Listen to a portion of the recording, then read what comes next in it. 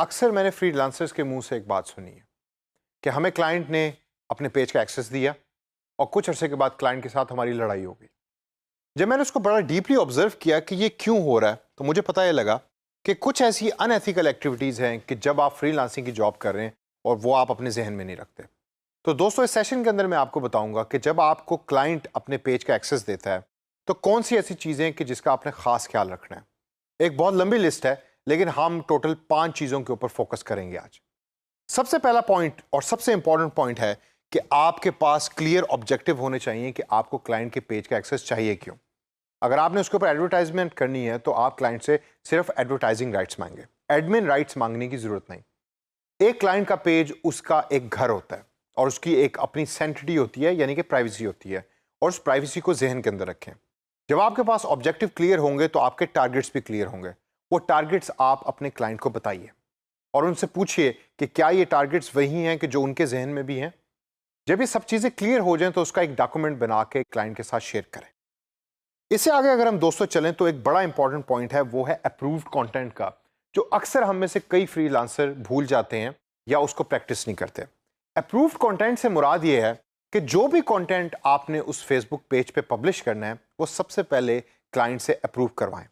मेरी personal practice ये है कि मैं 2 हफ्ते का कंटेंट हमेशा बनाकर रखता हूं और अप्रूव करवा लेता हूं इन एडवांस।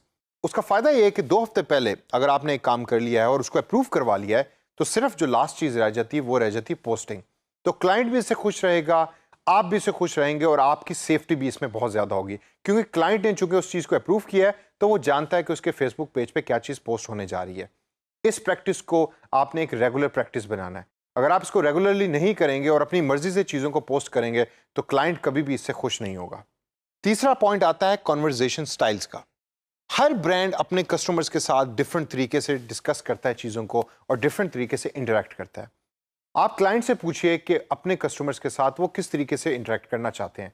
कुछ ऐसे क्लाइंट्स हैं जो बहुत फॉर्मल हैं, वो अपने कस्टमर्स के साथ बड़े केयरफुली डिस्कशन करते हैं और बात करते हैं, लेकिन कुछ ऐसे ब्रांड्स हैं कि जो बड़े कैजुअली अपने कस्टमर्स के साथ डिस्कस करते हैं। तो कॉन्वर्जेशन स्टाइल क्या होना चाहिए ये हमेशा क्लाइंट से पूछिए और उसके ऊपर गौर से तवज्जो दीजिए और उसी को अपनाने की कोशिश करें। अक्सर आप ये फील करेंगे कि आप डिफरेंट ब्रांड्स के लिए काम कर रहे हैं तो डिफरेंट हैट्स आपको डिफरेंट मौके पे पहननी पड़ेंगी। जिस ब्रांड का पेज आपने खोल के डिस्कशन करना है उसी की हैट पहने और उसी के कन्वर्जन स्टाइल को अपनाइए। कन्वर्जन स्टाइल से आगे चलें तो एक बड़ा इंपॉर्टेंट पॉइंट और मेरा फेवरेट पॉइंट है, वो है मिक्सअप का। इस मिक्सअप के पॉइंट को मैं ज़रा थोड़ा सा इस तरीके से एक्सप्लेन करूंगा।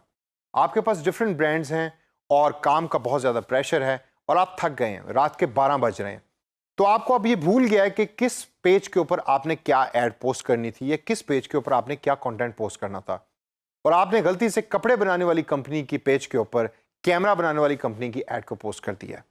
इस प्रैक्टिस से हमेशा बचें, ये एक बहुत बड़ी मिस्टेक है और क्लाइंट कभी भी इसको फॉरगिव या फॉरगेट नहीं करता। डिफरेंट फोल्डर्स बनाएं, डिफरेंट फाइल्स बनाएं और उसके अंदर अपने कंटेंट को सेव करें और गौर से बिफोर पोस्टिंग एनीथिंग हमेशा जहन के अंदर रखें कि आप उसको रिव्यू करें कि क्या मैं सही चीज़ सही पेज पे पोस्ट कर रहा हूं।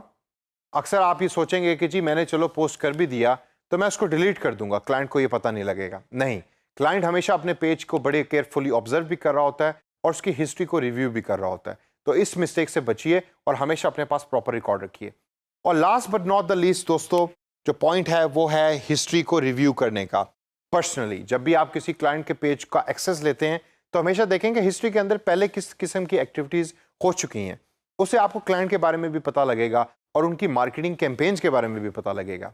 अगर तो क्लाइंट के साथ डिस्कशन के बाद आपको ये फील होता है कि क्लाइंट उसी तरह की कैंपेन्स को आगे कैरी फॉरवर्ड करना चाहता है तो आप उसको करें, लेकिन प्रीवियस हिस्ट्री को रिव्यू करने के बाद आपको एक पूरी फीलिंग मिल जाएगी उस ब्रांड की, जो बहुत ज़्यादा ज़रूरी है एक अच्छा डिजिटल मार्केटर बनने के लिए।